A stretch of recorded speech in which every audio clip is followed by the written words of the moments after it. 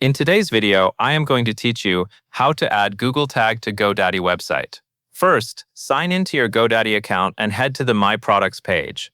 This is where you can access the tools and services connected to your account, including your website. Once you are there, scroll down until you find the Websites Plus Marketing section. Next to the website you want to update, click Manage. After that, click Edit Website.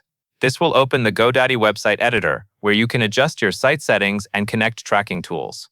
When the editor loads, look over to the right-hand panel and click Settings. This area contains important options for your website, including integrations for analytics and tracking.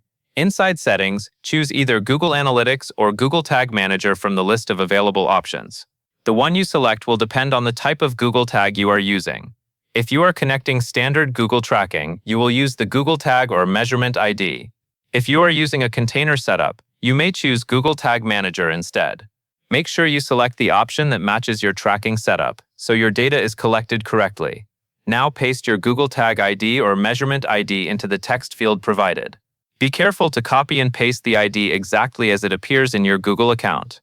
Even a small mistake like an extra space or missing character can prevent the tracking from working properly.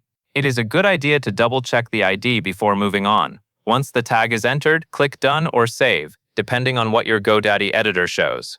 This confirms the setting inside the editor, but there is still one more important part. To make the tracking live on your actual website, click Publish in the top right corner. Publishing pushes the change to your live site, which means your Google Tag can start collecting data. After publishing, give it a little time for the change to take effect.